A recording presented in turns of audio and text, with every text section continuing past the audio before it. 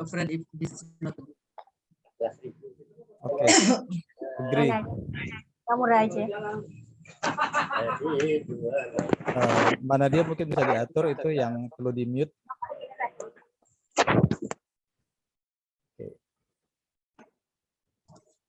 Oke, Bismillahirrahmanirrahim. Shall we start? Oke, Bismillahirrahmanirrahim. Alhamdulillahirrahmanirrahim. Wassalatu wassalamu ala asrofil anbiya'i wa mursalin wa ala alihi wa sahbihi ajmain amma ba'du. Honorable Dean of Faculty of Education, Prof. Nina Nurmila, PhD, Honorable Head of Study Program, Ibu Tati Wasdi, PhD, dear lecturers of Triple IU, dear beloved students, and dear all participants of our LunchTalk for today. Assalamualaikum warahmatullahi wabarakatuh.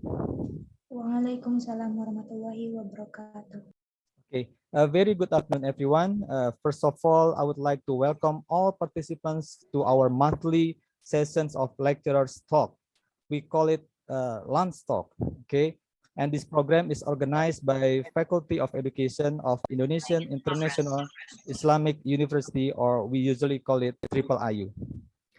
Ladies and gentlemen, Universitas Islam Internasional Indonesia, or Indonesian International Islamic University, or Triple IU, is a newly established graduate institution that currently have 4 faculties, namely Faculty of Education, Faculty of Islamic Studies, Faculty of Economic, and Faculty of Social Science.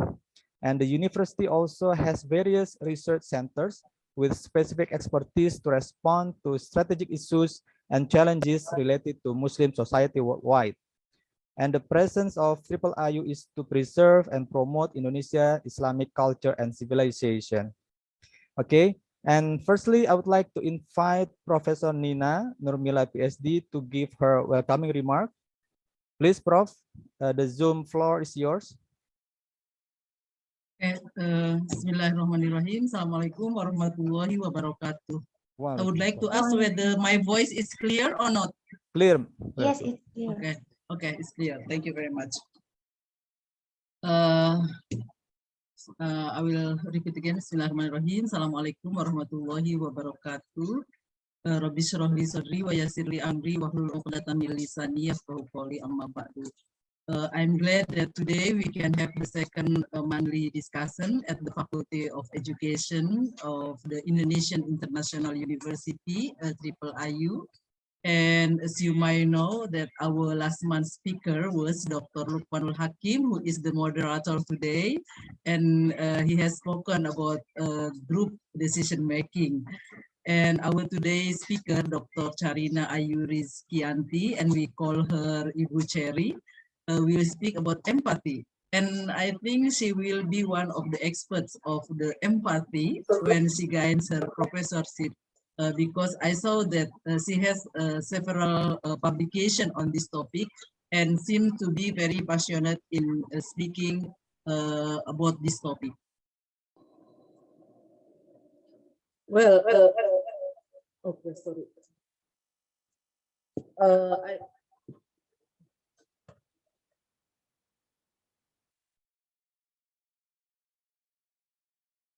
I firstly know the meaning of the word empathy when I was undergraduate students. I think in 1995, 1990, when I was active in the Salman Mosque, because I met new acquaintances from other universities such as IKI, ITB, UNPAD. Some of them studied psychology. Yeah, empathy by definition is the ability to sense other people's emotion, coupled with the ability to imagine what someone else might be thinking or feeling. Yeah, so it is like we stand in another person's foot. Yeah, and I tend to regard this word in its own positive meaning. Yeah, until I read the flyer for this LunchTalk, which see the opposite side of the word empathy, that the absence of empathy might lead to antisocial behavior, aggression, and bullying, and maybe even unjust treatment to others, yeah, or prejudice, yeah. And let me quote one of the Quranic verses that is my favorite. That's Surah Al-Hujurat. Ya ayuhan nasu inna khalaqnakum min dzakari wa untha wa ja'alnakum syu'uban wa qabaila lita'arafu inna akramakum indallahi atqakum. So here I highlight the word lita'arafu. Yeah, because to know lita'arafu means to know each other. Yeah, knowing each other is one of the ways to be empathetic. So we can treat others the way we want to be treated by others. To respect others the way we want to be respected by others, as well as to avoid unjust treatment to others because of our ignorance to others. Yeah. And because I then see the relationship between the absence of empathy with negative treatment of others, I have already had a question actually to the topic that you mentioned. Yeah. For example, yeah, because we are in a digital world, you know that, like, for example, if there is a case of new firm or new university has like online job application, then we tend to see application as just application. Yeah, it's like non-human behind that job. Yeah, say for example, this new firm or new university open like 15 new positions, and many applicants, like for 300 applicants applied for the advertised positions. Then it was decided by one of the bosses that, okay, we will select all the applicants, which is around 200, except for one position. And that position is only two applicants, who has only two applicants. Why? Because different from other positions, this position, which has only two applicants, requires TOEFL score of 600, while the others 500. Well, if you don't know the person or the applicants, you might feel that, okay, it's just it is the boss decision. But if we know the applicants personally, then we can feel empathetic. Yeah. So that's why I emphasize the word to know is one of the ways to be empathetic. By knowing, we can be more empathetic that that kind of treatment, different treatment to applicants, is unfair treatment, because the person apply for the position and all the documents meet the requirements, but because, okay, it's only one applicant, it is just being disregarded. So my question is that to you, Ibu Cherry, and you might answer later after your presentation that you already prepared, is that, is it a fair treatment for the boss to treat differently to that applicants just because there's only one who fulfill the requirements, and they think that the boss says that not because there is only one applicant and there is one position, we don't need to just make or accept that person. We don't have to accept that person. I agree with that, but at least my question is that fair? Not to allow that applicants to not join the selection process, like being given to another rest of the 300 applicants. So this is also about empathy, because not knowing is not knowing. So not knowing can lead to our different treatment to others. Yeah. Okay, I think because you have already prepared a PowerPoint, you can answer my question later. Yeah, after the lecture. And that's all for me, and I'm looking forward to listening to your speech. Thank you very much. Assalamualaikum warahmatullahi wabarakatuh. Okay, Waalaikumsalam warahmatullahi wabarakatuh. Thank you, Prof. So, Ibu Cherry, you already have one question to answer, okay? Okay, thank you very much, Prof. And now I would like to invite the presenter for today, my best friend. Please welcome, give applause for Ibu Charina Ayu Rizkyanti, PhD. Before we start, please allow me to introduce Bu Cherry. We usually call her Bu Cherry. Okay, actually her full name is Charina Ayu Rizkyanti, PhD. It's quite long name. She is married with one son and she lives in Cinere, Depok. She completed her bachelor degree, master, and doctorate degree in psychology. And more specifically, she specialized in human development psychology. And before joining Triple IU, she was active at the Faculty of Psychology, University of Pancasila, as lecturer, as vice dean of Faculty of Psychology, and she was also the head of Developmental and Clinical Psychology Center Studies in Pancasila University. She teach also in Faculty of Psychology, University of Al-Azhar, and UIN Syarif Hidayatullah. In 2021, she was awarded grant from Ministry of Education and Culture to create digital module on empathy in social media. It was very nice.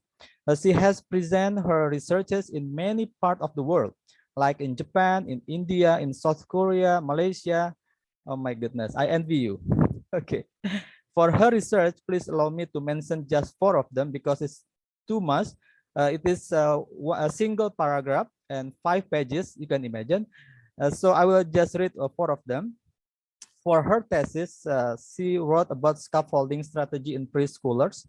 And for her dissertation, she studied about the effect of misleading information on preschoolers' false memory. Okay, actually she has interest in memory, same like me.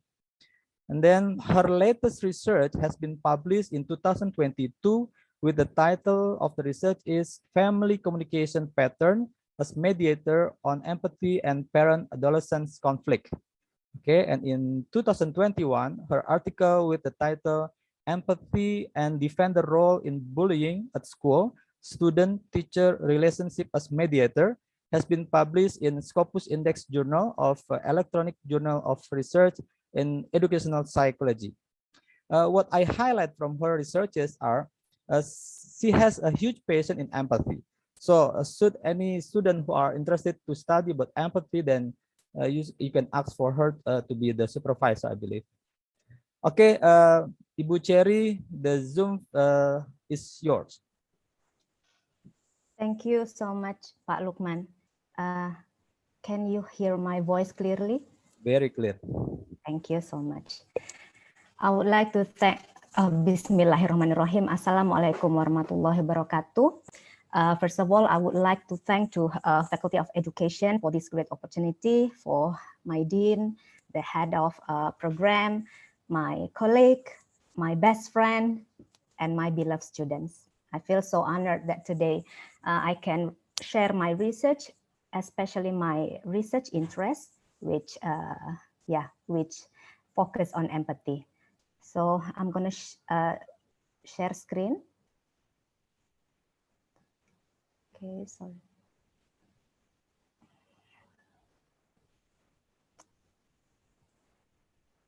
I'm sorry, because this is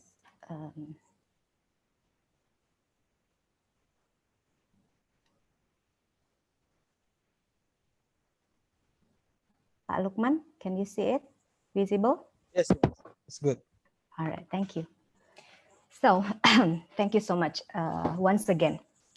I bring about this topic, empathy in a digital world, like what our dean said. The question is so intriguing. However, I would like to share about this topic. First of all, empathy in a digital world. Like we know that we live in digital world right now. Yes, real life at the same time, virtual life. I put a bit statement from Pransky 2001 when he said that nowadays we represent generation with that living with new technology. We almost spend, and my students here, my son, the children, we almost spend our entire life surrounded by using computers, internet, video games, video cams, cell phones, and all that. And Prensky also mentioned that this kind of generation he mentioned as a digital native. Why digital native? Because all of you, the students especially, are all native speakers in terms of the digital language of computers, video games, and internet. So this changes from what we lived previously. We can say that with certainty might be that our thinking patterns have changed. So many research in various fields try to figure out about this issue, not to mention since pandemic hits us, we know that our life has dramatically changing. We do now rely on laptop, cell phone to gain our daily activities, such working, learning, interacting, shopping, and all that. So when the daily screen has a thin jump, as we know that it become a grave concern. So the question is, does it alter just the way we think, or is there anything instead of brain that already changes? How about the emotional? How about the personality? How about the social relationship? If it does, to what extent the alteration will be? And I found this question is very intriguing when it comes to my research focus that is empathy.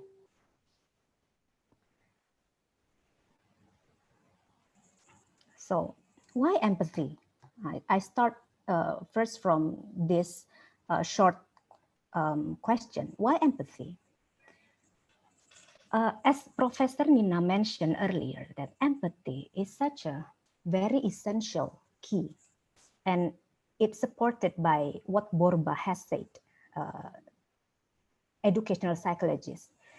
She said that empathy is first essential virtue of moral intelligence. Talking about moral intelligence, there are a lot of moral intelligence, like we can say that self-awareness, a lot of things, conscience, or self-control. But the thing is, empathy is the foundation of moral intelligence. Research found that empathy is not about the antidote, but also the solution for every negative behavior. And talking about the negative behavior, let's check how do we behave in virtual life. So I come across with this data. This is very interesting. Since this research was conducted was published in 2021, so I took data from a previous year. Actually, I used 3 data about internet, particularly for social media usage. We Are Social, APG, and Kantar. What was actually this data explained? In sum, this data shows that there is a great or high increasingly about the number of social media usage, especially in adolescents, dominant by adolescents. And from the We Are Social 2021, it also stated that there is an additional information. It was found that level of politeness of Indonesian netizen had actually worsened from the previous year. They found that our netizen tend to attack others from some kind of behaviors like hoax, and then doing scam, hate speech, and discrimination. If we look at to the empathy research, all these behaviors are negatively related with empathy. It means when individuals have high empathy, and their negative behavior will be lower. The reason why our netizen is so harsh, I put one answer from also this data. He said that it might be because it might be that the activity and screen time to exposure in negative things from internet, especially social media, particularly social media, is getting increased. So it means that our netizens spend most time, their time mostly to search or to find out in social media, but it is more in negative things. Why? We are going to answer it later on. So talking about this, like what I have mentioned before, this is closely related with our empathy. So what is empathy actually? Professor Nina has also said, I put from the Cohen and Strayer definition, 1996. They said that empathy is a capability to understand and feel the emotional state of other. Why did I put this definition? Because the scale, the empathy scale that I use to investigate this topic or this variable is from Cohen and Strayer also. So to make it similar. Let's put a simple example about empathy.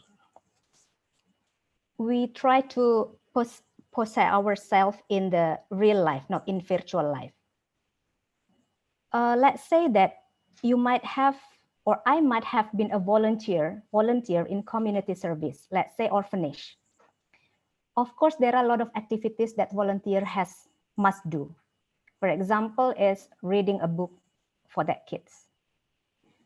If I have empathy, I won't read a book that tell about happy family story, since it might be too hard to those children to bear with. They don't have a family. Why do I tell them about happy family? So when you have empathy, you will realize this without being told. But things may change when we were dealing with virtual life. So this is very interesting. I read a book from the Dr. Helen Rees from the 2019. She stated that technological advances, especially social media, will erode the potential of empathy in humans. She states that whenever someone chooses to communicate by text message, email, social media, many neurological keys that have a responsibility to bring empathy out are lost from exchange. But the thing is, what Dr. Rees mentioned has still mixed, another research, still a lot of contradictory. I mean, when Dr. Rees stated that, but another research said no, not everything about social media or about digital, about platform digital and something like that will erode our empathy. And this is the most interesting part for me to investigate with deeply. Sorry. Now let's come across with the difference of sympathy and empathy. Common people often still misled about this definition. So when they try to explain about sympathy, somehow it mixes with empathy. We make it as simple as this. I try to make it as simple as this. When someone is telling you about his issues and you respond with such a word like, who are you? Or I'm sorry you are in pain. It's such that you make a judgment for someone's misfortune, as if that your life is better than his life. But empathy it's not about making judgment. Empathy is just listening to what someone said without any judgment. It is about the way you feel, how they feel. You are with him, both mind and feel. So rather than saying, I'm sorry for your pain, you can say that, I feel your pain. You just accept it and share it in a softer way. I'm so captivated by what one Pakistani novelist, Mohsin Hamid, he said that empathy is about finding an echo of another person in yourself. I'm trying to figure out what kind of echo is that. And then I read a book from Barbara A. Louis. She said that she makes some analogy for that statement. She said like this: just imagine when you shot from a hilltop, sometimes your words are coming back to you as an echo. You hear the same words you shouted, but it is not that loud. The volume is different. So empathy is an echo.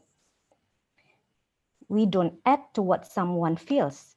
We don't change his feeling. We accept and share to them, but in a softer way, because it is almost impossible to feel with the same intensity of the person first-hand experience. So here's the thing, that if in situation when we see someone's misfortune and there is something like in our heart, like make a judgment that poor him or sorry for everything that make you pain, it means that we are in our we use our sympathy, not empathy. Okay. So talking about the definition of empathy, the ability to understand another's emotional state is often make empathy falls into multidimensional, the affective one and the cognitive. The affective definition, the empathy affective empathy definition, empathy affective, is the ability to vicariously experience the emotions of another person. It's about how do you share, how do you feel, how do you resonate with what they feel. And this is initiated through direct contact.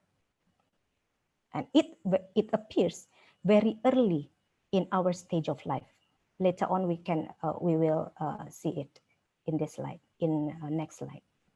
While cognitive empathy is about the ability to comprehend the emotional situation and to take the perspective of another person.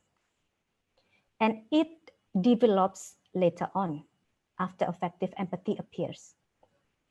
So contrary to affective empathy, which is often mentioned that this is inherited or not inherited, genetically, I mean, yeah, quite same.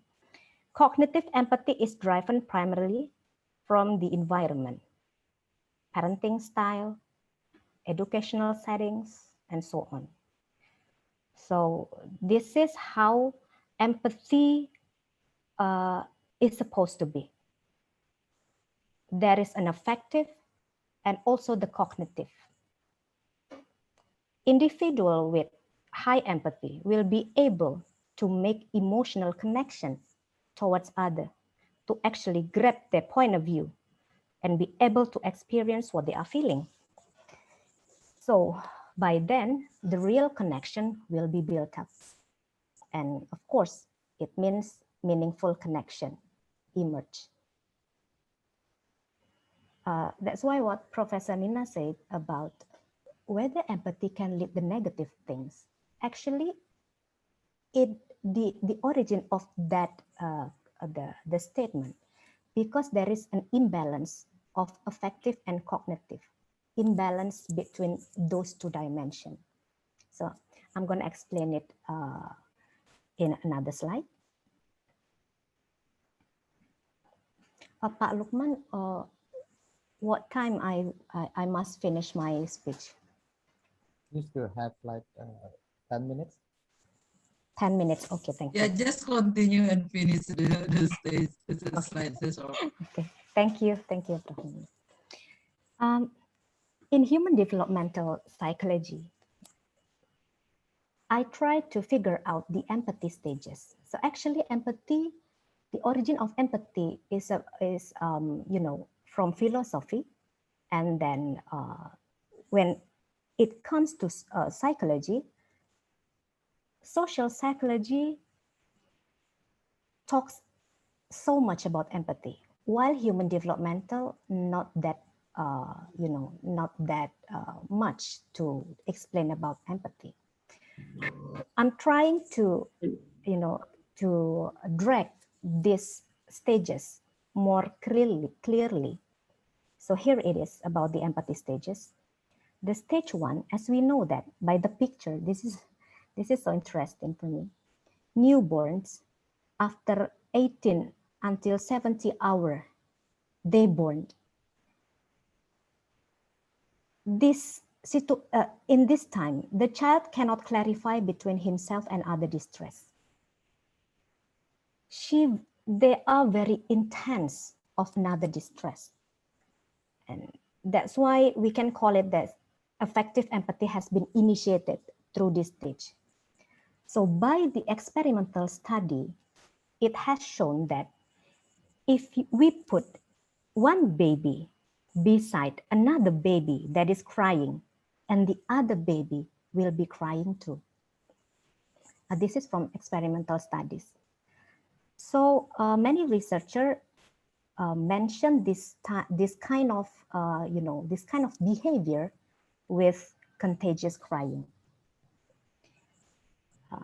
We take a note that affective empathy has already present in this stage very earlier.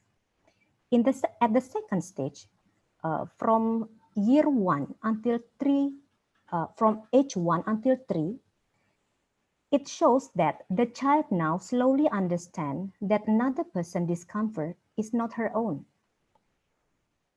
For example, that when the 2-year-old daughter saw her mom crying, and she sat next to her mom and hugged her, patted her mother. So this is the implementation of stage 2. This is very important for caregivers to tune into the children's feeling. Like listen carefully in order to acknowledge what is causing the emotion. And the last, they can resolve the problems and give what the child is needed. It means that at the stage 2, the affective empathy is getting intense. At the stage 3, it happens to preschooler age 3 until 6 years old. Now the child begins to develop role-taking capabilities. This is the cognitive empathy gradually appears. As we know about from the definition of cognitive empathy, now the child is able to find the source of another person's distress. Now the child can recognize and respond empathically both happiness or sadness in other child in simple situation, trying to get another person's point of view. He may over simple ways. The child may over simple ways when he sees someone's plight. For example, like as we can see from the picture, the child over his ice cream to his friends because could be his friends look sad because she also might want the ice cream. It seems that the child now can give a very simple offer based on what is actually another person thought. So the cognitive empathy is very, very simple in this stage. And the last stage is at the stage 4, school age, late childhood phase. Now the child can eventually be empathically aroused by the plight of an entire group or class of people. This is so amazing for me because we can call it as an abstract empathy. This child doesn't need to know or doesn't need to meet the person in real life, but just listen, knowing from other stories about someone's plight, and they get evoked to give a help. So I think this is how the school try to bring empathy out to the children, like the exercise, some kind of task or exercises is like a donation to another person or to people who experience natural disaster, maybe, or another misfortune. So these empathy stages actually derive from a Hoffman study, but it's still being developed with another research. And that's why I do a lot of research about empathy, and I have done it from the very early age until the elderly. So hopefully I can come up with a more comprehensive result from that. So back then, I have learned and whatever, a lot of research about empathy have conducted by me and my team.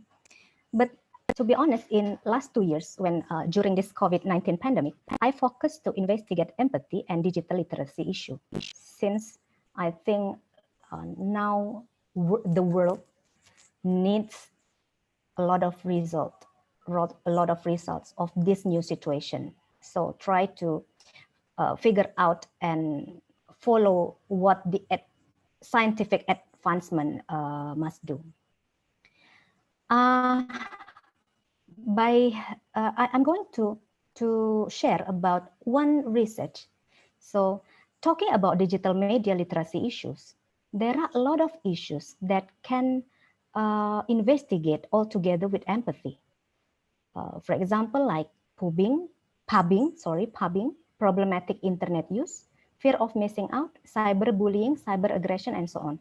But in some, this kind of behavior actually we can summarize into types. That is internet addiction and cybercrime. Today, I'm going to highlight only one, this issue, this variable, that is pubbing. Why does it so?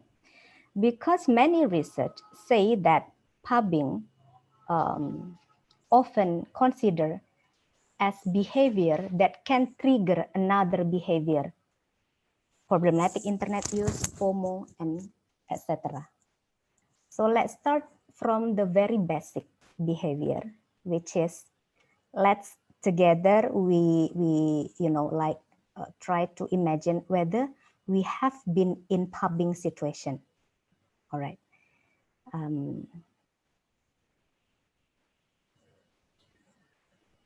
So would you please imagine yourself? Have you ever ignore people while you are having face-to-face interaction, face-to-face conversation, and you just focus on your cell phone instead? Have you ever been there? Or have you ever been so busy to look at your handphone, scrolling down your handphone, and the person beside you feels so overlooked? If that's so, do you consider about their feeling? So actually, that is the example of pubbing. I know, I realize, more or less, we have been there. Who doesn't? Even me. And I just knew that this, not just new, but yeah, around 5 years, I know that this kind of behavior was called by pubbing. So actually, if we look at from the definition, pubbing stands for phone snubbing. It's the act of snubbing someone during face-to-face interaction by using smartphone instead of paying attention to them. And the thing is that we have to put in a very, very, we have to pay attention on this kind of behavior. Research say that this behavior considered as disrespected attitude toward others. We are disregarding others and preferring virtual environments to real life online. It means that we are insulting them. So therefore, like we can see in the picture, the campaign about stop pubbing is being held. Why does it so? Because they consider that pubbing is such a disrespected attitude and harmful. The impact be disrupting relationship and communication quality. And the hardest part is it potentially becoming a new norm. This kind of behavior must be avoided, or we must reject this kind of behavior. Because like we know that I have mentioned earlier, this behavior will trigger another behavior that is very negative. Talking about virtual. Shut the fuck up! Talking about virtual interaction.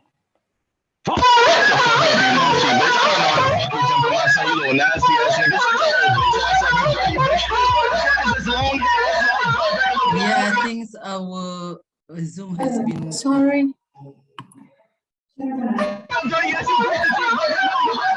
Tolong di-kick aja.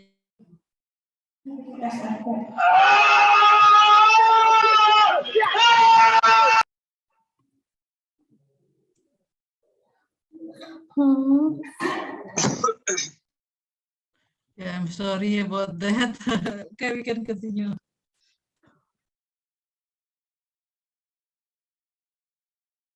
You are still mute. Masih mute, Bu Cherry. Ya, maaf. Thank you, Prof. Thank you, Pak Lukman. So let's try to take a look about the pubbing scales, which derive from Karadak 2015.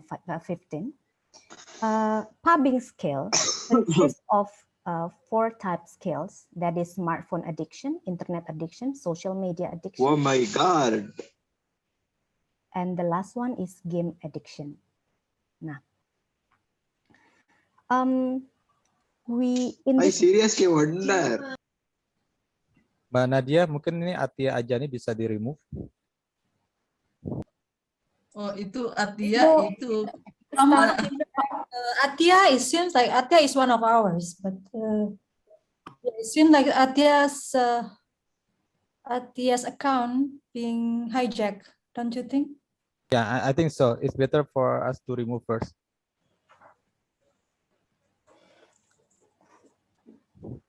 Okay. Thank you, Bu Cherry. I'm so sorry. Please proceed. Okay. All right. Thank you, Pak Lukman. So we, among those 4 scales, in this research, we only took social media addiction scale because the data that we. I seriously wonder. Because the data that we have taken is Okay, about okay. social media addiction, social Shut media. up.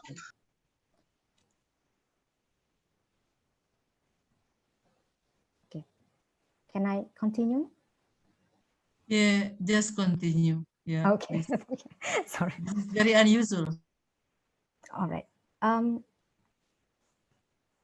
So this is the method. I use a quantitative approach. We in this research, the respondents that participated is around almost 400, and this was separated from the pilot study.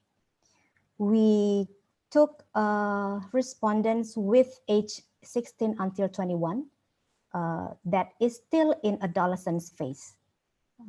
Because the data we have mentioned, that I mentioned earlier, the social media users dominantly by adolescents.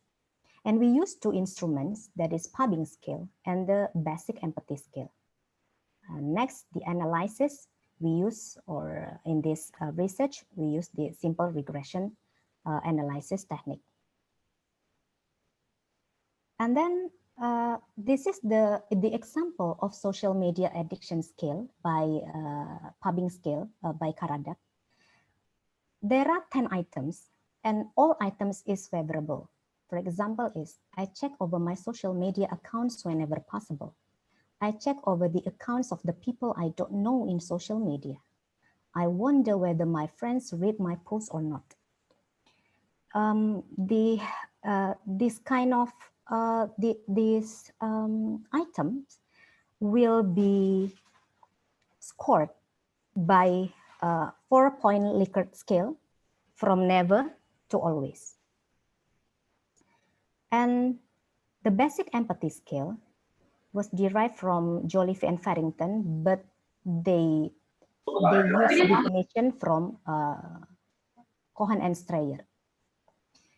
There are this scale consists of two dimensions: the affective and cognitive. Affective empathy is about how the response, or how the individuals can feel another feeling.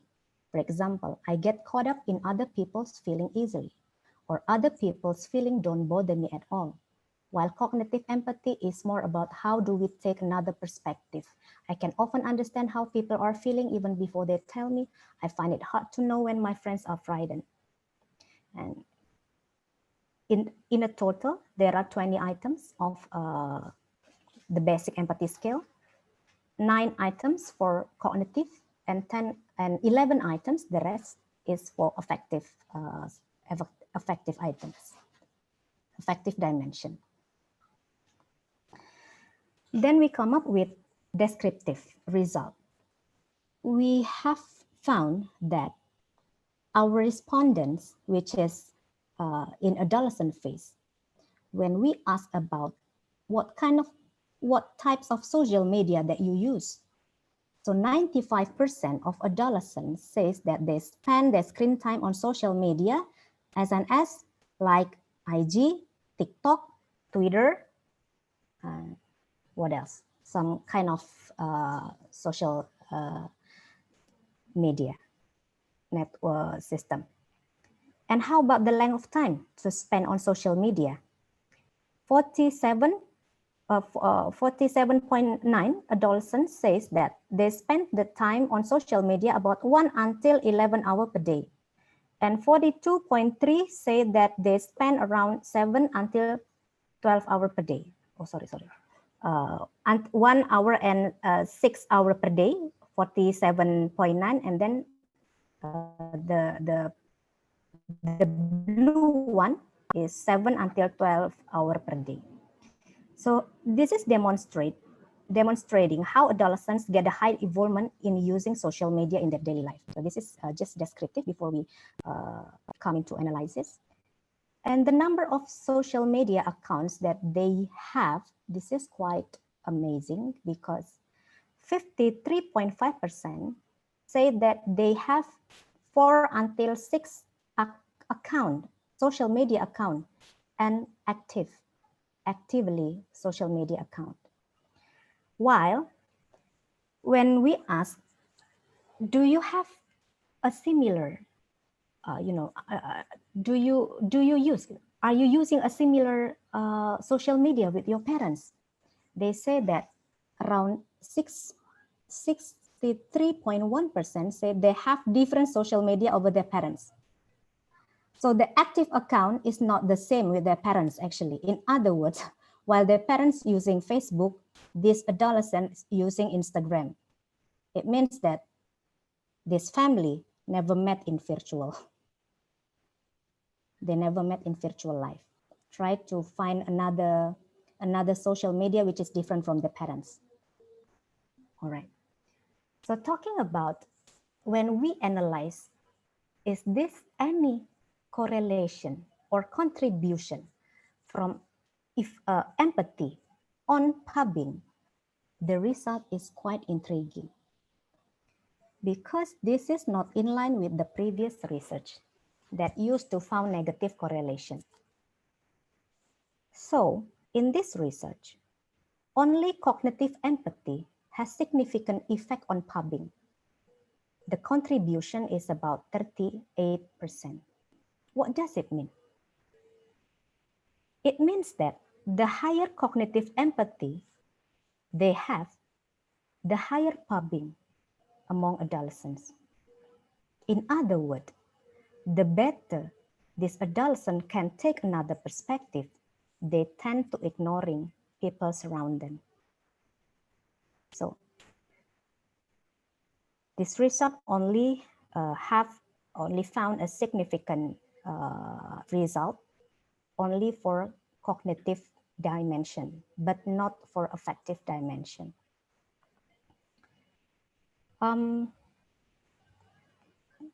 So I'm thinking a lot about this because I found the same result when I investigated about empathy and problematic internet use. But later on, I'm going to explain about the result. So based on this previous result, of course, we tried to figure out what happened actually. Is this pandemic change everything? Is that Dr. Helen Race right about that spending a lot of time in social media will erode your empathy? Is something like that? So based on previous result, it has stated also that adolescents who do pubbing actually are likely good at predicting how someone feel and act, since they know that they won't be easily judged by them. So this is interesting. This is so impressive for me because quite attract my attention. I mean, it means that the higher cognitive empathy you have, you are getting better to predict someone's point of view. And then you can say that these people won't judge me if I ignoring them. Because of what? Because that's what the McCann campaign has stated. Just beware of it. This is going to be a new norm. So we are sitting by side with our family member and each of us just busy with our handphone is kind of something that allowed lately.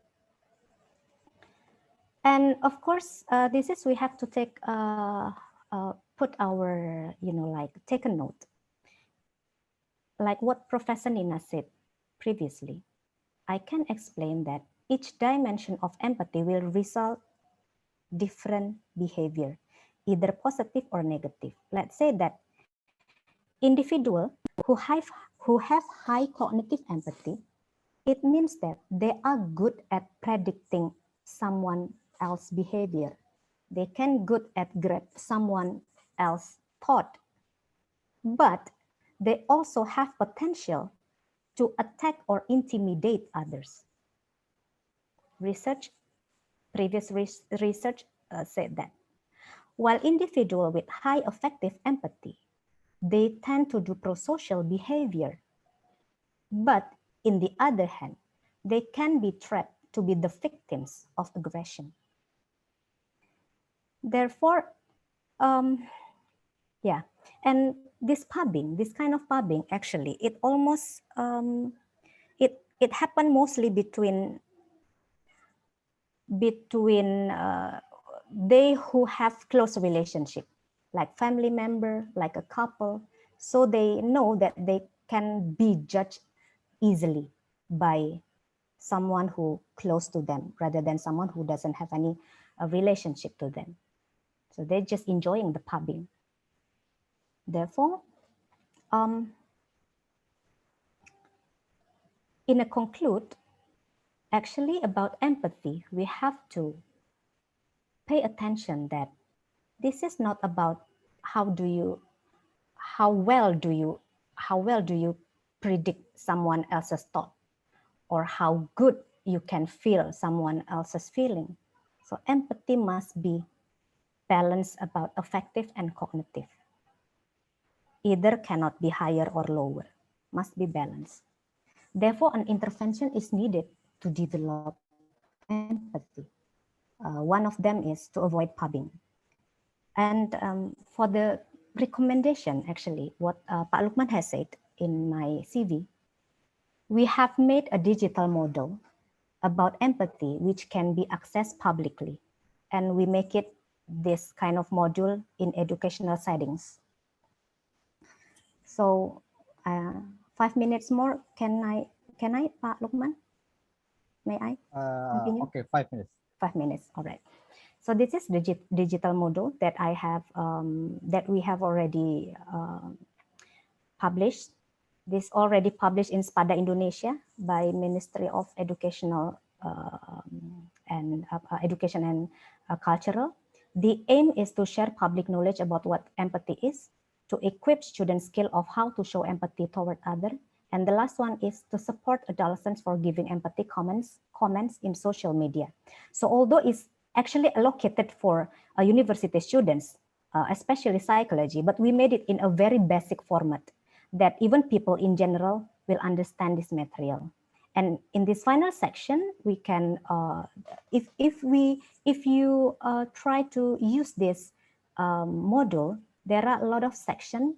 Start from what is the definition of empathy, what is the how do you distinguish between empathy and sympathy, and how to cope with empathy crisis and all that. And in the last one, you can put your photo by following this campaign. So this campaign about let's empathize in social media. And so my plan for further research is about how do we examine the effectiveness of empathy in this digital model, and how to develop bilingual empathy in this digital model. So because this is still in a bahasa. And also we also develop through media social platform Instagram. We make it Ayo Berempati. We post several feeds which consist of empathy research. So students, if you want to know more about empathy research, you may access this this Instagram. And we also review a book which is related with empathy things. And we doing an IG live with young professional that talks about empathy in their life. Next, we try to conduct a workshop or training through webinar, could be, of how to develop and practice our empathy. And the last one is this research has been published in National Accredited Journal, and also I have also presented in the International Conference on Innovative Research in Engineering and Technology. And then like I this is actually my big dream. Hopefully we can together develop this kind of things in Triple IU, because Oxford University under the philosophy faculty, they have the Oxford Empathy Program. The value is quite very amazing. One of the value is promoting integrity and quality, and supporting next generation of empathy leaders. So the program is about how to conducting research, and then developing and providing training, especially in healthcare. So maybe for closing, I can, in closing, that I want to say that real life or virtual life is not a matter. It's just a locus. Although, although we met virtually, or we met in real life, it doesn't mean that everything can be conveyed directly. So it's still a long run when we discuss about real life plus virtual life. I wish that this research can be window for us to investigate further. Thank you. Okay, thank you very much, Ibu Cherry. It was a very interesting topic, very interesting presentation also. So I have a lot of questions actually in my mind I would like to ask, but I think better we give the chance for the students and all the participants here. So I have seen Mas Yoyon has raised his hand. Okay, anybody else? Fadla for the second. Okay. Who else? Dwi Asih. Okay. For the first session, three. Mas Yoyon, Fadla, and Dwi Asih. Yoyon, silakan. Actually, Pak, I clap hand. Actually, I'm not right. Oh, okay. Sorry. Yep. Okay, then. Maybe Fadla first. Okay, Fadla, please. All right. Thanks for the chance. Actually, I just want to share my thoughts about this topic, empathy in digital era. I think it's a very important topic, important matter to discuss, since there are lots of cases happened out there which could lead I'm talking about hate speech that was done by some irresponsible people, and it might lead to suicide cases, sadly. uh, Even though it didn't really happen in our country, Indonesia, but I had read lots of news of suicide cases among Koreans, if you have heard the news, and it was because of hate speech. What do you think might we do for avoiding people to spread those hate speech? Thank you. Thank you, Fadla. Okay, I think we can directly get the answer from Ibu Cherry. And then after this, we will invite Dani. Okay, please, Ibu Cherry. Okay, thank you, Fadla. Like what I said earlier, that empathy has, the relationship of empathy and hate speech or negative behavior is very negative. It means that if you have high empathy, you will avoid that kind of behavior, negative behavior. But the thing is, a lot of people still cannot grab about what the importance of being empathic. They don't know that.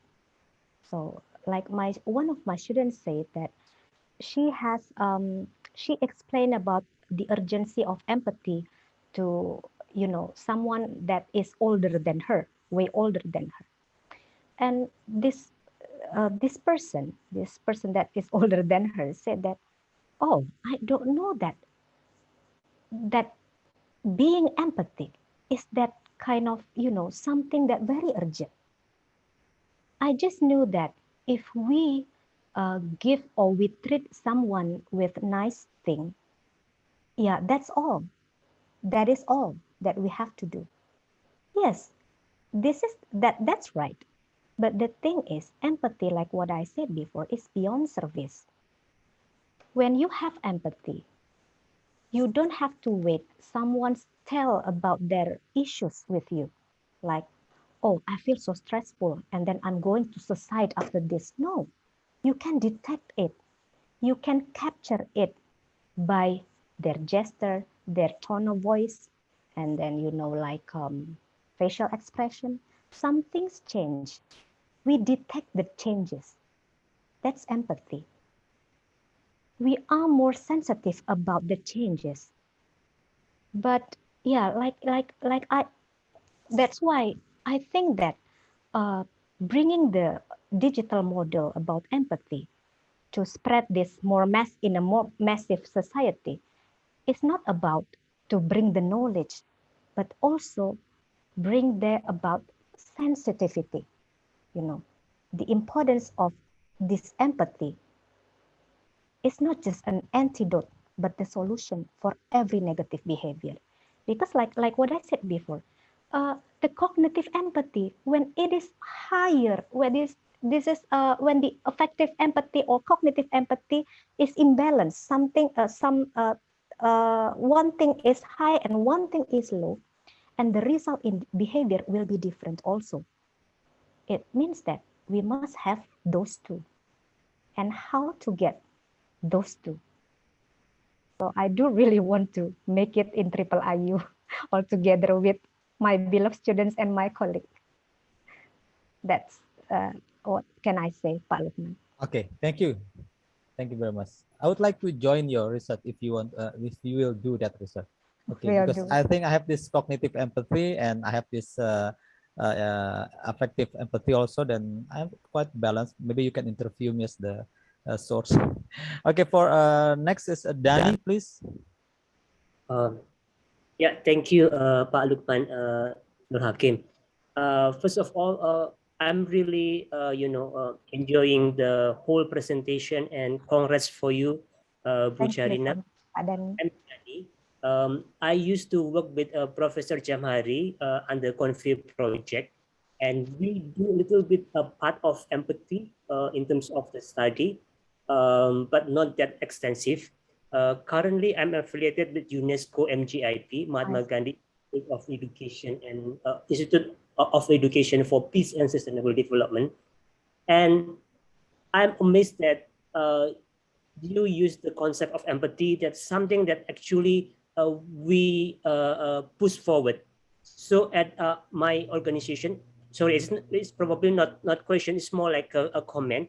Yes. At our institutions, we use the concept of social and emotional learning, and empathy is definitely one of the main component. And we definitely also use the same skill, basic empathy skill that you mentioned earlier. So that's why I'm interested to explore, kind of possible partnership or collaboration, whether it's kind of a joint research or capacity building as well. We do have like some courses, and I'm really excited to know more about your course as well. And let's see whether we can do something to get something productive together later on. Yeah. Also, salam to Professor Nina Nurmila. I never met personally, but I know you also, Dr. Tati Wardi. Thank you. Thank you so much, Pak Dani. It's my pleasure to working and joining research with you. My pleasure. Thank you, Pak Dani. Okay, for next, I will invite Dwi Asih. Please, Dwi. Thank you very much for the great explanation in today's lunch talk, and also for Pak Lukman for pleasing me to speak. I have just realized that between sympathy and empathy, they are different, because I often say to my friends who are having pain, like, oh, I'm so sorry about it. And I've just realized that that is not a wise way to say it. So thank you. I have learned, and we probably will apply after this. And here my question is, can we still apply this empathy when we are facing a person who are speaking like a lot, or they are doing flexing, and we just give them the code, like we try to playing phone, so perhaps they will understand that we are actually not into the conversation anymore. But is that still, should we still do this empathy, or we just ignore them, or how to solve this problem, Ibu Cherry? Thank you. Thank you, Dwi Asih. Please, Bu Cherry. Thank you, Dwi. It's a tough question, yeah, Dwi. Yeah. We know that current issues, like what you said about flexing and etc. Do we still have to convey empathy over that kind of person?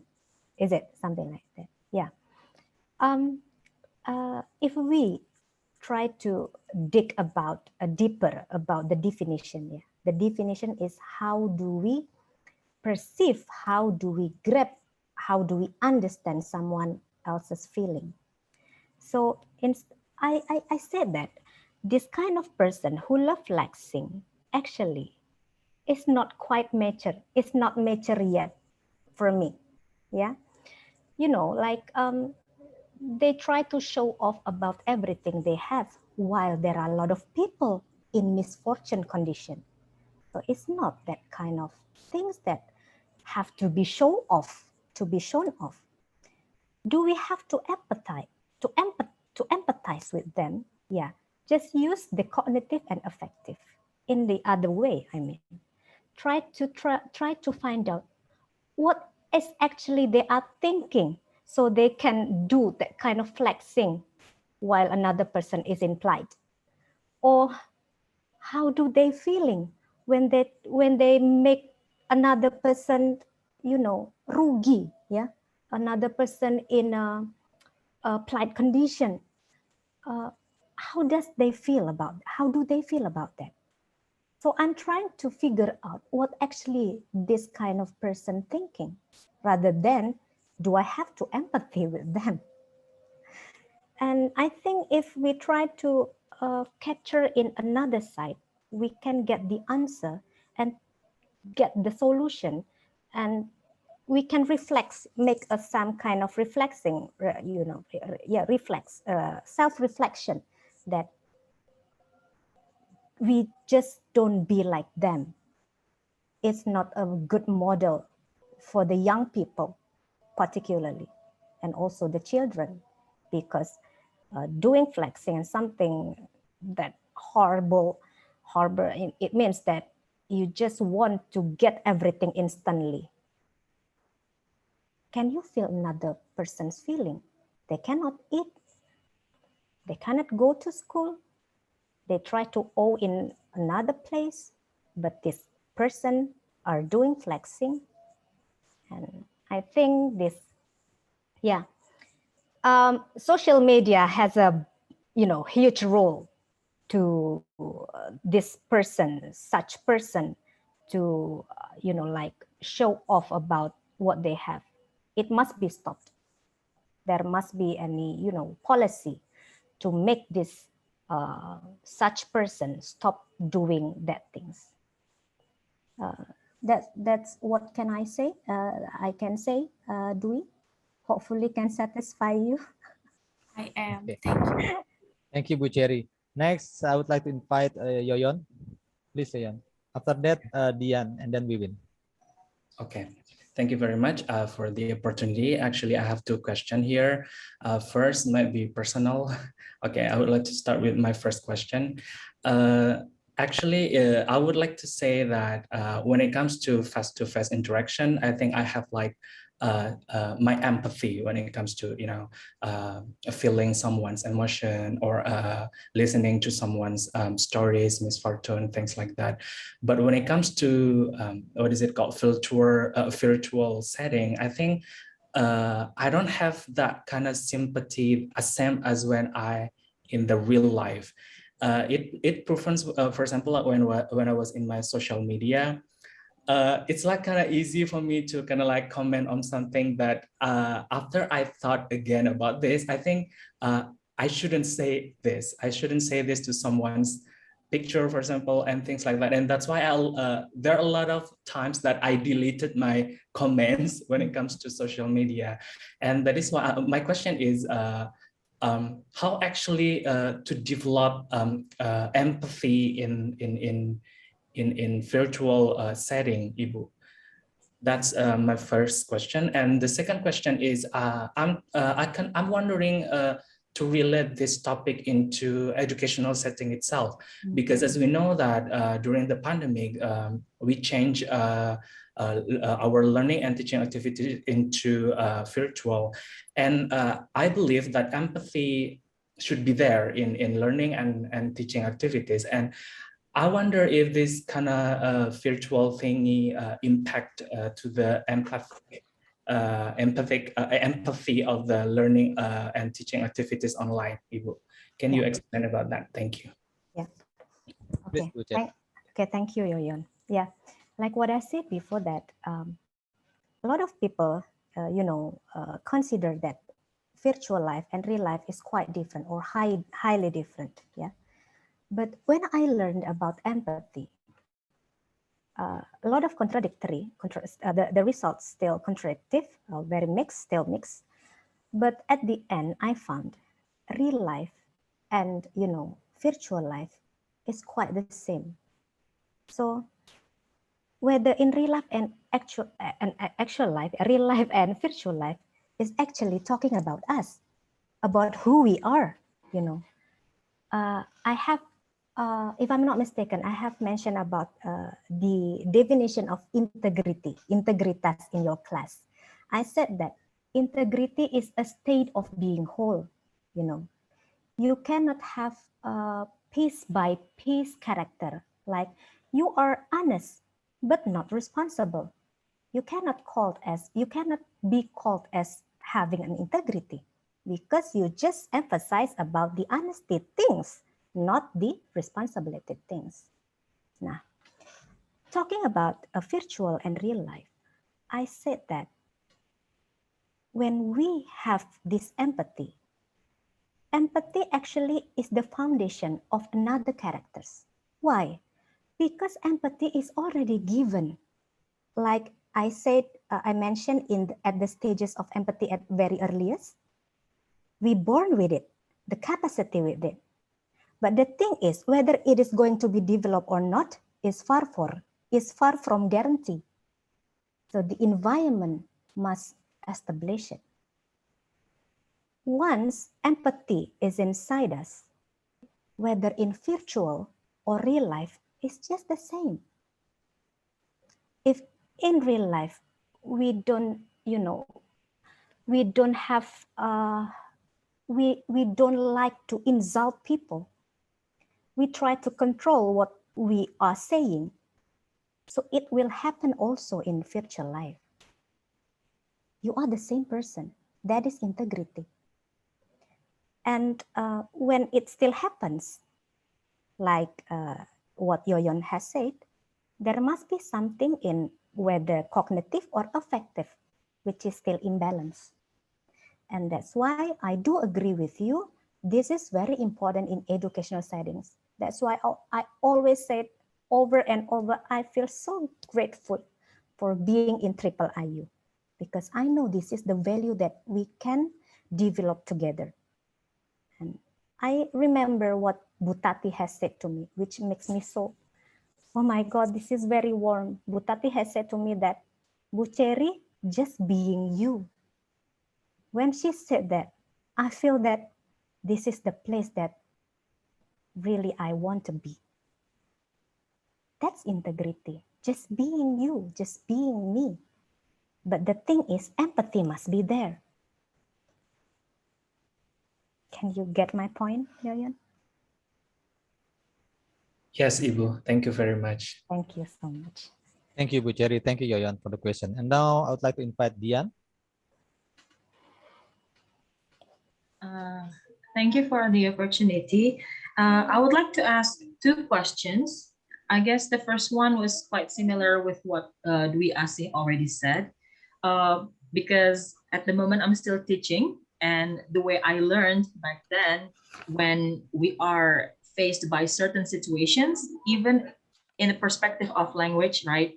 Somebody has bad news, somebody just experienced something negative, and then the way we express it in English, the way we reply, oh, sorry to hear that. Oh, poor thing.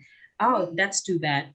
From Dr. Cherry's explanation, I just realized those are all wrong expressions. And I'm afraid if it's only just like language expression, but somehow implanted would become our behaviors, I think that's going to be dangerous. So one thing that I know to myself, I think I'm going to change that expressions whenever I teach my students. Don't say, I feel sorry for you, or poor thing, just like, I feel your pain, I listen to you, something like that. That's one note. Thank you so much. The second one, I think Yoyon already took away all of my questions, especially for the education setting, Dr. Cherry. I'm Yes. very curious. I'm sorry, it's a little bit like kindergarten here. No, it's fine. How about if we deal with teenagers? Because we know they are, I don't know, it's just based on my opinion. They are at their most vulnerable stage, right? Teenagers tend to not listen. They have their own struggles and conflicts.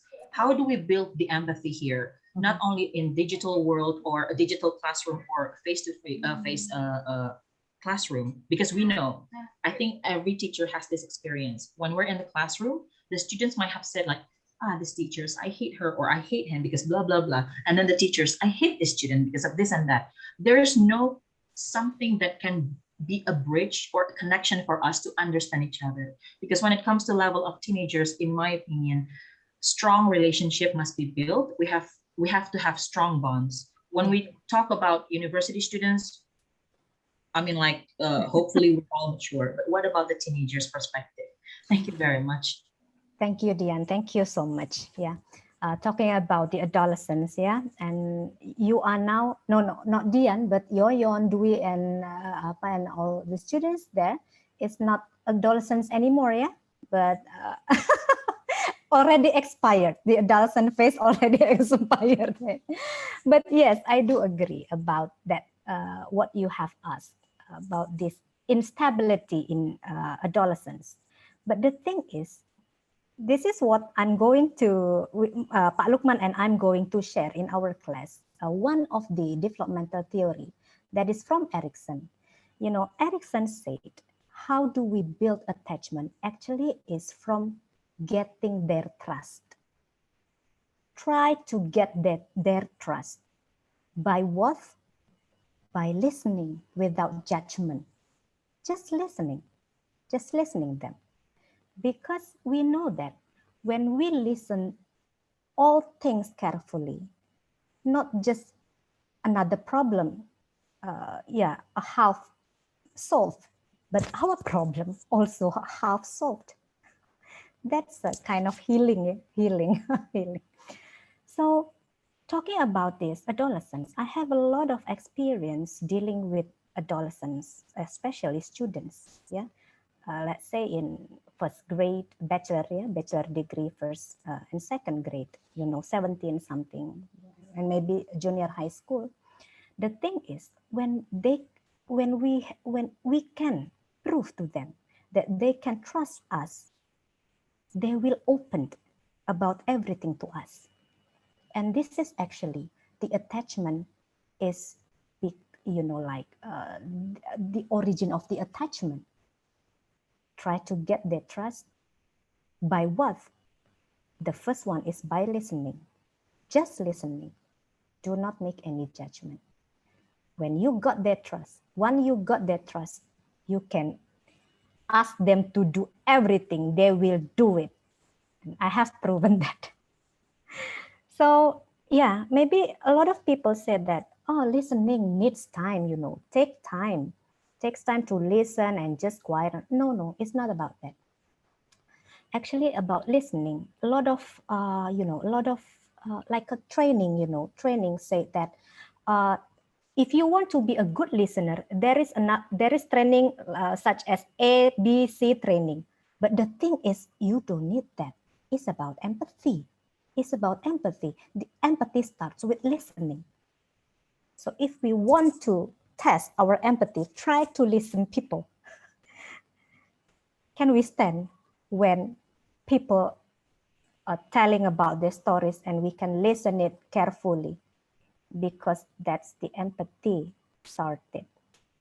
So Dian, since you are my academic students, I'm your supervisor, the good thing is we're going to talk about this more deeply, Dian. But thank you so much for your question. But I think that is the introduction, how the how to build a trust, how to build a trust, and then and the attachment will begin to grow when the trust is already there. Thank you. So it is trust, Dian. Okay, next Wiwin and then Ibu Tati. Wiwin, please. Thank you for the opportunity, and thank you, Bu Cherry, for your insightful presentation. Hi, Wiwin. One of things that I highlight from your presentation is that, yeah, empathy is when we feel what others feel, and it has a huge impact on social life and to live life together. When we have empathy, it can reduce violence and crime. Now, that's the role of empathy in social life. My question is, Ibu, what are the role of empathy in educational process and outcomes, Bu? And as the future educator, what kinds of empathy should we build from now? Because what I got from human development course in the previous meeting, uh, we need 30 years to build our character. I think it's important for Quite me, long. for us as the future educator, to know what kind of empathy should we build from now. Yeah. So Yeah. when we have been educator in the future, we can have that empathy to our Yeah. student and be a good educator. Thank you, Ibu. Yeah. Thank you, Wibin. May I answer, Pak Lukman? Okay, you can directly answer. Okay. Yeah, I have said in that class that building a character takes a very long time. But the good thing is about empathy, I repeat it again, we have born with that. So we just trying to maintain or develop and then maintain it by a lot of practice. Yeah, a lot of practice in real life and virtual life. Try to test ourselves whether we have our empathy has been there or not. One of my students said to me that, Ibu, empathy is such a like unstable, right? Sometimes you can be a very empathize to other, but when you have a stress or low mood and something like that, it will low your empathy, isn't it? Yes, I said that. But yeah, because empathy is, we have this quite longer than another character.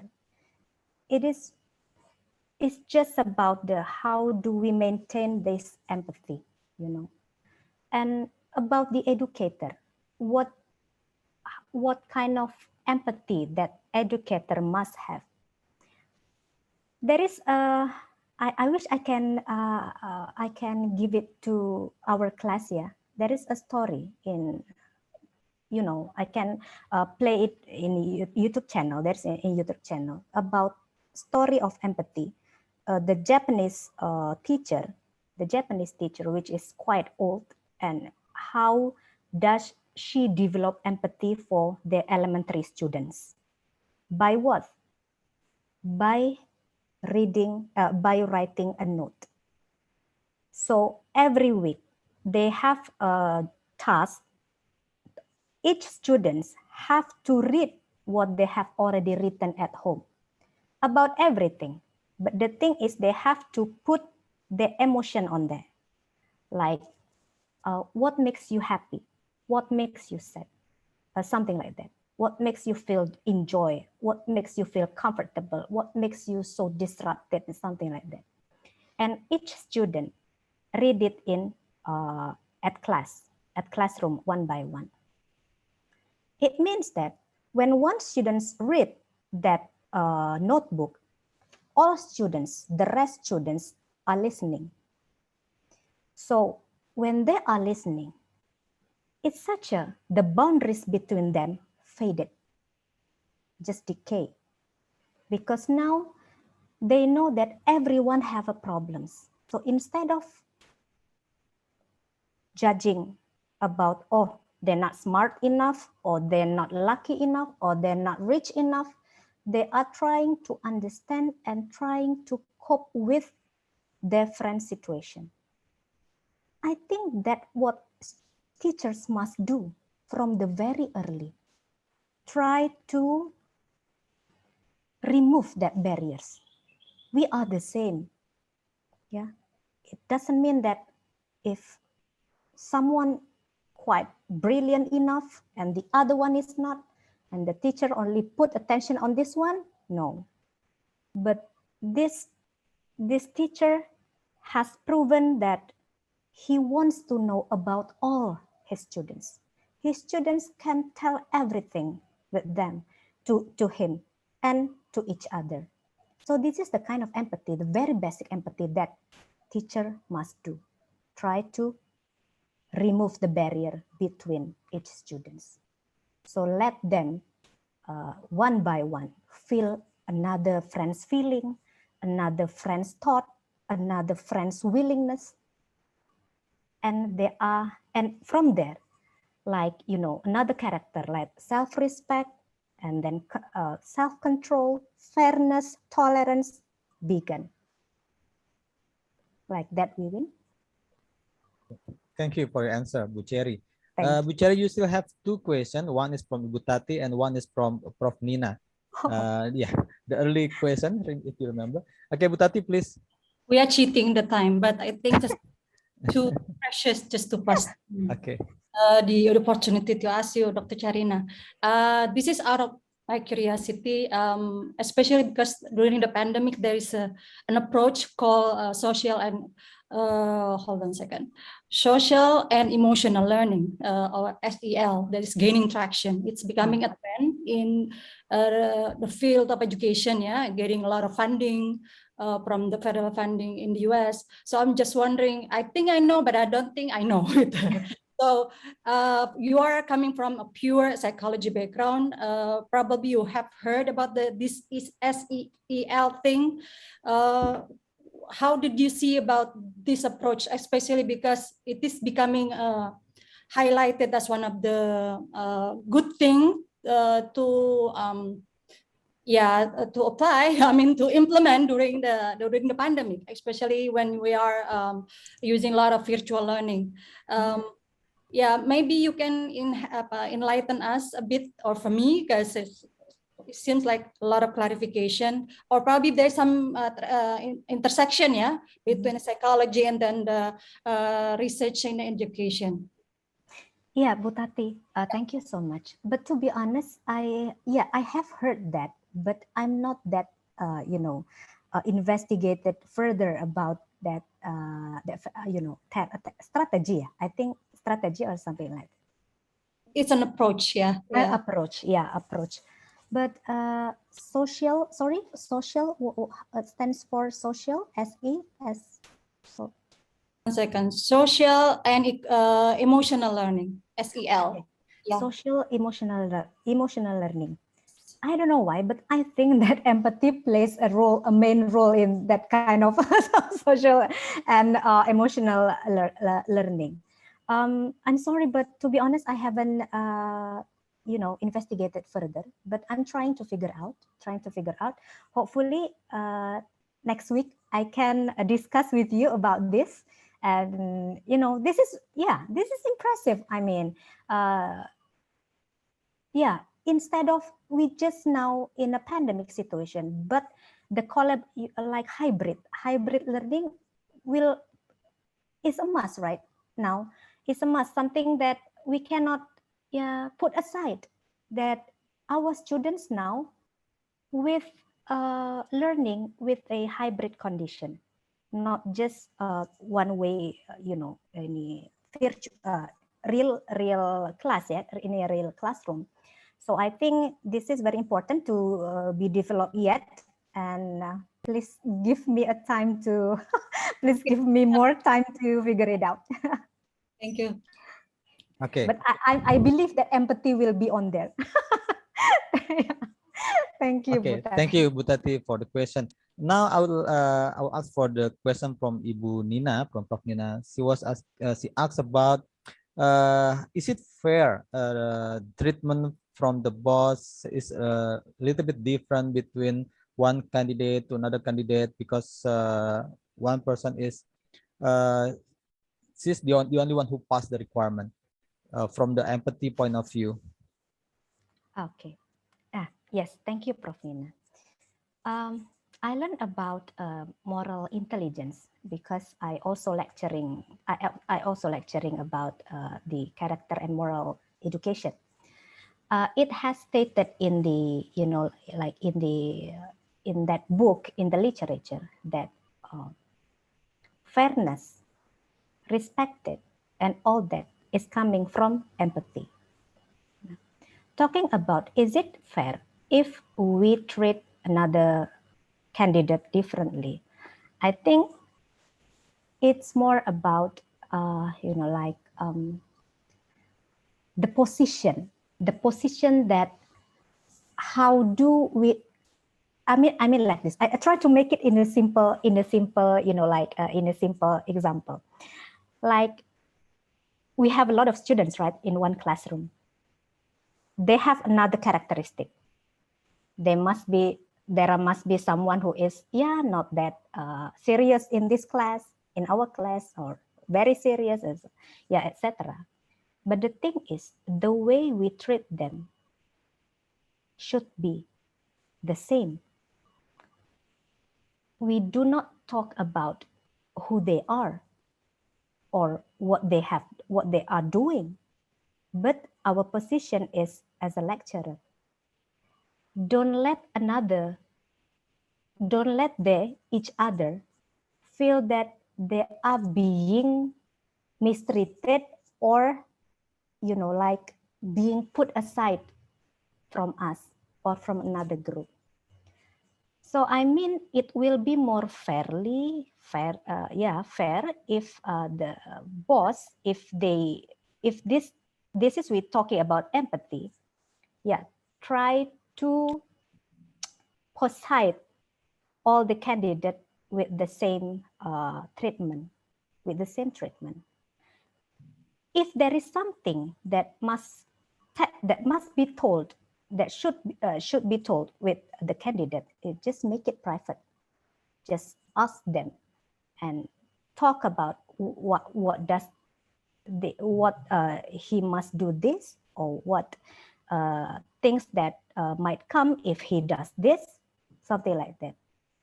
But I believe that treating people, in terms of this empathy, treating people in similar treatment, that's empathy is actually, to be fairness. I'm trying to make it, like in a simple condition, like in, our classroom, Pak Lukman.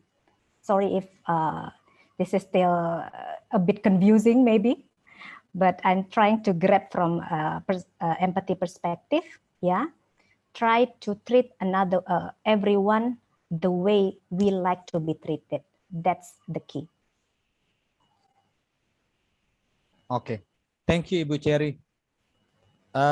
Today, our discussion is a very fruitful discussion. I'm so happy that we can share about this empathy to all participants, with all lecturers and students. It was a very good presentation. Oh, okay. Prof. Nina, it was not a raising hand, it was clap. Okay, thank you very much for everybody. So I can say that empathy is a very, very important thing, that if more people have this empathy in their heart, in their mind, then there'll be more harmony in this world, right?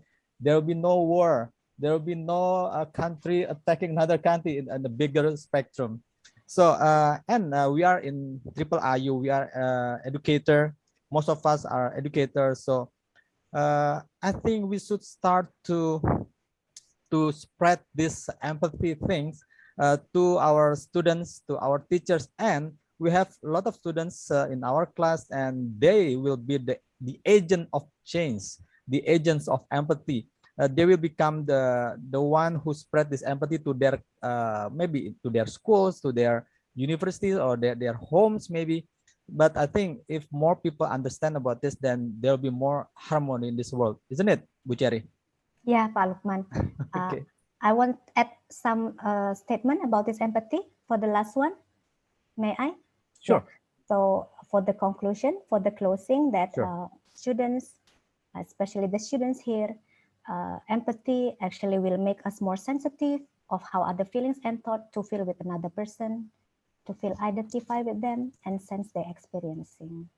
So we learn to interact not only through facial expression, but also eye contact, gesture, tone of voice, and still many more. So it's not just about in real life, but virtual life is about the locus only. So even though they don't say anything to you, when you have empathy, you know that. That all, Pak Lukman. Thank you. Very nice closing quotes. Okay, please give your biggest applause for Ibu Cherry. Thank you so much.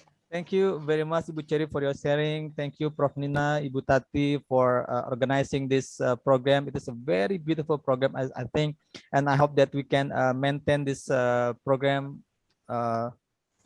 every month. And maybe Bu Nina will say something for the closing remark. I would like to thank both of you, Ibu Charina and Pak Lukman, also for the presence of our other lecturers, Pak Bambang, Ibu Tati, and our special guest, also Pak Dani, who has spoken to us. Thank you very much for coming, all the students also, and then for Nadia and Atia, etc. And we will have another presentation next month by Ibu Destina, and then we expect also Pak Bambang will present in our lunch talk, and he is always enthusiastic, yeah, in giving the lecture or would like to apply for the research, and I think it's that's good enthusiasm. Thank you very much. Assalamualaikum warahmatullahi wabarakatuh. Waalaikumsalam warahmatullahi wabarakatuh. Okay, let's close our program by we say Alhamdulillah together. Alhamdulillahirobbilalamin. Thank you, thank you Pak Lukman, Bu everybody. Nina, Bu Bye Tati, Pak Bambang, Pak Dani, Ya, student. Bu Karina. Thank you. Thank you, Pak Lukman. Nifa, do you have guests? Could you tell us?